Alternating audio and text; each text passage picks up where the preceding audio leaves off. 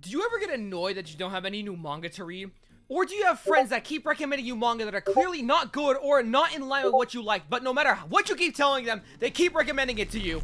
Like, oh my god, how many times do I have to keep telling you? Insert name here. That I don't want to read Backstab in a Backwater Dungeon. My party tried to kill me, but thanks to my infinite gacha, I got level 9,999 friends and I'm out for revenge. I don't want to read an isekai with a title so long that stores can't even fit the full title on their websites. Well, do I have the answer to this very specific problem? Okay, let me just get it real quick. If I can find it. Here it is. The next manga awards. For those of you who don't know what this is, it is a yearly fan-voted contest where people vote for their favorite new manga, and it's usually where I get all my recommendations for new manga to read, because some of the winners that pop up on here usually end up becoming some of the biggest series in the future. Oh, you don't believe me? Well, let me pull up the 2021's winners real quick. Wait, is that the Frieren Beyond Journey's End with the #1 rated manga on Mal? Oh, let me pull up 2020 real quick. Oh, is that The Dangers in My Heart? One of the best romance series that I've ever read? And has a really amazing and cute anime adaptation? I see. Okay, I'm gonna stop being a jackass so you can see these awards are actually really goated. So for this video, I thought, why not just read a good chunk of these manga that won some awards and see how I feel about them. Yes, I said chunk because that's gonna be a lot of manga for me to read if I had to read all 22 series that won stuff. And I will only be reading series that piqued my interest and only read 1 volume per series. Yes, I am being lazy, and if I completely read all of them, this video would have taken me a whole month to make. Oh, and I will also be rating each manga on like how much I enjoy them on a scale of 1 to 10. So if I rank a series low, that doesn't mean I think the series is bad. I just personally didn't like it as much as some of the other things that I read. But before this video starts, this video is sponsored by Sakura Co. and Tokyo Treat. I think there's some fragile snacks in here. I probably should not have thrown that. I'm really dumb. Why did I do that? Since next month is spooky month, which means Halloween is coming, for people like me who don't go out trick-or-treating, I won't be getting any candy. But I am going to be getting something way cooler than little Timmy will ever get, since Tokyo Treat has my back with its Snacktastic Halloween-themed box. This way, I won't have to leave my house and get eaten alive by bugs. And I get this really cool design box. Every Tokyo Treat box is full of Japanese snacks that are way cooler than getting gross Halloween candy that no one likes. I mean, look, I get cool snacks like this snack. I can't read what that says. But don't worry, Tokyo Treat comes with a booklet that tells you what every snack is for people like me who can't read Japanese. And that's not all. You even get this bag of apple pie Kit Kats, which you can't get anywhere outside of Japan. And once again, it's the full-size bag. You don't just get like 3 of them. I mean, come on. Let me look at this. Let me try this real quick. Oh my god, wait. That's actually really good. What the heck? Yes, I did eat it like that on purpose. Shut up. Or this fruit juice powder, which makes it look like you're drinking like a straight up Minecraft potion. And it tastes pretty good, am I even gonna lie to you guys. And if you don't like sweet stuff, you can also have these spooky spicy crackers, which are pretty spicy. I was not expecting them to actually numb my tongue like it says on the bag. Or once again, like last month's box, you get a bag of ramen. Like, bro, this is amazing. But if you feel like you have a more refined taste and don't like Halloween, then that's what Sakura Co. is for. Sakura Co. is a box full of local artisan Japanese snacks. And for those of you that don't know what artisan means, hold on 1 second. Okay, Google says it's a worker who practices a trade or handicraft, craftsperson, a skilled artisan. For those of you that still don't know what that means these are made by professional snack makers from Japan. This month's theme is the colors of Kyoto, which will let you experience Kyoto's delicacies like momiji and chestnut wagashi. And I'm not gonna lie, I have been eyeing this one since like I opened up the box, because this just looks really good. Oh, wait. It's chewy. Oh my god, wait. This is amazing. Wait, what? This really cute Kitsune Senbei, which I don't really want to eat because it's so cute. This is really good. I'm sorry, I lied. I ate it. And every box comes with a handmade Japanese tableware. This month's tableware is a teacup that goes perfect with the Geosuguri Sencha that comes in this box. And once again, I don't drink tea because I'm not British, so let me taste this. Okay, I'm starting to see why the British like tea. And like Tokyo Treat, this also comes with a booklet that tells you about the snacks and a little bit about Kyoto. And if you are deathly allergic to something, then this booklet will help you figure out whether something could put you in a coma or not. And if you use code PURPLE or the link in the description below, you get $5 off your first purchase of either Tokyo Treat or Sakura Co. So then maybe you don't have to go outside to get candy and stay in the comfort of your own home for Halloween. Thank you Tokyo Treat and Sakura Co for sponsoring this video, and back to me talking about manga, I guess. So the next manga awards has 2 categories, being web and print series. And after a long 10 seconds of using my brain, I think I'm gonna start with the web series. And oh boy! This first manga is a way to start this video. Now, I want you guys to look at this cover. Does this scream anime girls brutally beating each other? No. No, it doesn't. But hey, that's what you're going to get because, dear God, this violent is manga. This violent is manga. What the fuck? This manga is violent.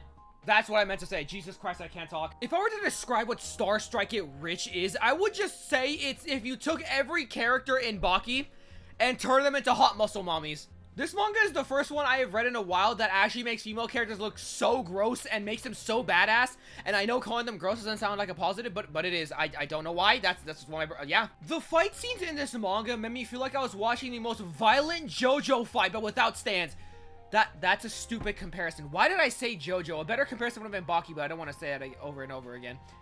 Oh, I guess I could say this reminded me of Kengan Ashura because, you know, it's written by the same person and you could really tell. Do you remember the main girl on the cover? Well, that's Hina, and she scares the ever-living shit out of me, which is usually a good thing since, you know, I like characters like Ragnaria. But nope, she makes me want to grovel on the floor and beg for my existence. Like, you are telling me if you break someone's foot and you crush it so bad a bump forms and your response is, oh, thank you for giving me an experience I never felt before, and then proceed to beat someone so hard that like, they bleed from every hole in their face, she wouldn't be the most horrifying person on planet Earth. Oh, and she also has chemical weapons, but that's irrelevant. So if you've ever read or watched Baki and thought, I don't want Yujiro Hanma to be like a big buff man, I want her to be a small anime girl, then this is the manga for you. And yeah, it's fucking insane. I give this an 8 out of 10. Hi, despite my excitement to talk about Centuria, I apparently don't know how to read because I say Centurea, the horse girl from Monster Musume, I think a couple times during this section. I'm sorry. I'm sorry to all the fans of this manga. I'm dumb. Oh my god, I gotta talk about Centuria. Oh my god, I gotta talk about Centuria. Let's go! This manga goes so unbelievably.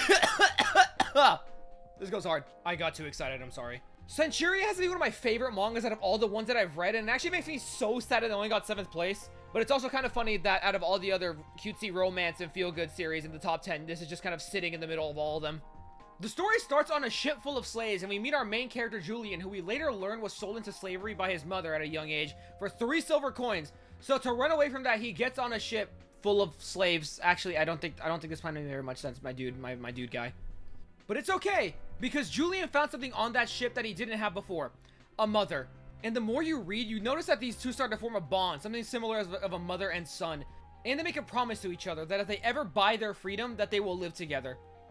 Wait, what genre is this series? Oh no. Of course this happens. Yeah, Mira ends up sacrificing herself to a Cthulhu creature, but before that, she ends up doing the most brutal thing and cuts out her baby with a knife and tells Julian to protect the baby for her. And because of her sacrifice, Julian is given the power of 100 slaves. No, I am not making that up. That's actually what the power is called. He gains the strength, the stamina, the speed of all 100 slaves that died on that ship. And he also gets 100 lives. All I'm going to say is if you like Berserk, you are going to absolutely love this manga because this manga feels heavily inspired by Berserk, but with less, like, dark themes. This manga is violent, the environments are eerie, and the monsters are creepy and grotesque. Julian is probably one of my favorite parts of this manga. Unlike Guts, Julian isn't a violent murderer machine, and he does everything to make sure Diana has a good life. And if anything happens to this child, I will spontaneously combust on the spot. That is not a joke. If anything happens to this child, I will cry. I need these two to live a happy life. Oh, and by the way, this person in the suit is, oh my god, what is it with the manga having tall muscle mommies? Please, I need this woman to pick me up and carry me princess style. 10 out of 10. Just 10 out of 10. I really like this manga a lot. Please read it. This is one of 2 manga that I've already read before the making of this video, and I'm actually very surprised to see it in the top 3. I thought this manga was like an underground series that only had a small group of fans, myself included, but I was wrong. Actually, very wrong because holy shit, this manga is extremely popular. I read this way back when it first came out, and I fell in love with it instantly. Like, I love this manga so much. This is around the time I started working at one of the worst jobs I've ever had, and this manga was the only thing keeping me sane working there. And then it went on hiatus. I soon quit that job after that. But Rudy Dragon is about a girl named Rudy waking up with horns and realizing she's part dragon. That's it. That's basically all there is to this for this plot. It's actually really hard to describe why this series is so good, but all I'm going to say is it's the vibe. It's just the vibe. This manga is one of those series that's just so laid back and cozy. You just want to keep reading it. And even if something major does happen, like Rudy almost burning someone alive or her realizing she has electricity powers that go off in the middle of class, no one really cares. And they just treat it like it's a normal thing that happens, which I feel like adds to the charm of this manga. It's a really nice, comfy coming-of-age story, and that's just what makes it so good. And it's not a hiatus anymore, so you won't have to wait over a year for a new chapter like I did. Every passing day that there wasn't a new chapter for this manga, I hated existence more and more. Anyway, I give it a 9 out of 10. It's a really good series. You all should read it, actually. Please do actually read it. It'll make you feel happy just by reading it. So, I couldn't find anywhere to read this manga in English. So I did the next best thing. I read it in Spanish. And reading it in Spanish made me realize that I really suck at reading Spanish. Like, I'm pretty sure a first grader from Mexico can read this way better than I can. So I ended up only reading 3 chapters. And, it's a music club manga, alright. From what little I have read, the main girl gives me the vibe of Mitsumi from Skip and Loafer, and reminded me what it feels like to walk into a Guitar Center as a beginner. Because this scene right here, it's me. This is actually me. I know it's in Spanish, but just know this is me. I'm pretty sure you could guess what's being said here, even if you don't know Spanish. This is just a universal experience for all new guitar players. I don't think I could rate this manga because I basically read nothing. So I'm gonna give it a question mark out of 10. I'm sorry, I couldn't find anywhere else to read this. Like, I'm sure it's good. I just don't want to have to do a Naruto episode 2 part 120 out of 180 and find a really scuffed site that has it. So yeah, I give it a guitar out of 10. I don't even know what that means. But that's it for the web category. So let's talk about the imprint manga now. Okay, the only reason I chose to read this is because the plot synopsis for this one has to be one of the most insane things I have ever read. Juzo Ogami is a 39-year-old man who works as a hitman. One day, on one of his missions, he gets stung by a wasp, which makes him pass out, and once he wakes up, he realizes he's reverted back to his 13-year-old self. But he doesn't really care, so he just continues working as a 13-year-old. And his first mission back as a hitman is to go to middle school to gather intel on the daughter of a pharmaceutical company, because the wasp that stung him was developed by said pharmaceutical company, and they need more info to see how it works so they can turn him back into a 39-year-old man. Oh, and he also has to marry the daughter of the company as a 30-year-old man in the body of a 13-year-old. And she's 13 years old. Yes, this is another Hitman manga, which for some reason is starting to become a trend. But I don't know why, but almost all of them are extremely good. I also just love the fact that Juzo likes going to school, because this dude only finished elementary school. And watching him lose his shit over negative numbers as a 39-year-old man is just funny. And being labeled as a chuuni because he has no clue how to actually talk to kids, which I feel like is a good thing for a 39-year-old man not to know how to do nowadays. I'm gonna have to give this manga a 9 out of 10. It's really good. I actually enjoyed this one a lot more than I thought I would. It even teaches you how not to be misogynist. So that's a really good, nice thing to throw in there. If I were to describe this manga to people, I would just call it Girl Failure the Manga. Like, I have never seen a character in a manga who cries as much as Noah does. I think she actually cries every chapter. If you are a big weeb like me and enjoy different aspects of otaku culture, then this manga has a lot of, like, references and humor to, like, related to it. Like the Chainsaw Man or Saw Man, as it's called in the manga. I actually like Noah as a character. She's pretty relatable as a character and is pretty unhinged. And she wants to die. Like a lot. Like almost every chapter. The relationship between Rihito and Noah is actually really wholesome, and it's more like a platonic friendship as opposed to just like, you know, oh, they might end up together, which is actually the first time I've seen this in a manga, like, in my life. Actually, that's a lie, because every website I've seen this on marks it down as a romance, so disregard everything I just said. If you want a cute series about a girl failure, then this is the manga for you, but I'm gonna have to rate it a 6 out of 10. I don't know, something about it just doesn't hit as hard for me as much as, like, the other series, like, in this video, but, yeah, 6 out of 10, sorry. Dog's Red, written by the same mangaka who wrote Golden Kamui, is an ice hockey manga about a figure ice skater playing ice hockey. Okay, I'm just gonna jump out of the gate swinging immediately and say I didn't really like this manga. I don't know what it is about it that I just don't like as much as all the other sports manga I've read, but I just didn't really like this one, which sucks because I know this manga is really popular and a lot of people like it. And I wanted to like it too, but I just couldn't get into it. Like, I might go back and give it another shot, maybe some other time, but I'm going to have to rate it a 2 out of 10. I'm sorry to all the fans of this manga. I'm sure this manga is really good, and I'm just too small-brained to like it, but, like, I had to force myself to finish reading that first volume, so I don't know what, maybe it is just a me issue. With all the other manga in this video, I only read the first volume and maybe a couple more chapters more. But with this one, I didn't do that because I read all of the chapters because, oh my dear God, this has to be one of the best things I've ever read in my life. Reading this felt like being given a shot of pure diabetes straight to my veins because this has to be one of the cutest manga I have read in years. In this manga, there are people called Genjin, which are basically monster people, not just monster girls because there are also guy monsters. Our main character, Yutaka Shinzo, goes to a school with a lot of Genjin, and because of this, we get one of the best love interests in manga, Sumiki Ogami, a wolf girl. I didn't have to look up her name, I knew it by heart, because this anime girl was in my head rent-free. I don't know if liking her makes me a furry, but I don't even care if it does because I love her so much. I want to scratch her ears so badly and give her head pats. I want her to pick me up and carry me princess style. Why do I feel like I've already said this before? I mean, dude, she woos when she sees a full moon. Like, how much cuter can you get? Usually when I save panels from my videos, I name them things that remind you of like what's going on in each of the images. But the more I read, I think my brain just began to shut off because some of these names are just keyboard smashings and things like, please get married. She's holding him. Oh my God, oh my God, oh my God, oh my God. Please marry her. Oh my God, why aren't you married yet? Give her a bite, you person. You human. You lucky. Or my personal favorite. Get married. Get married. Get married. Get married. Get married. Get married. I think I noticed. I think I noticed a pattern here. And all I'm going to say about these two goobers is that they're probably my favorite soon-to-be couple in any manga I've ever read. And every single time these two are together, or just do anything together, or just exist around each other, I get so happy. I feel like I'm gonna get a heart attack on the spot, which I love them. So I'm gonna give it a 10 out of 10, 14 out of 10. I think this is probably my favorite manga I've read for this video.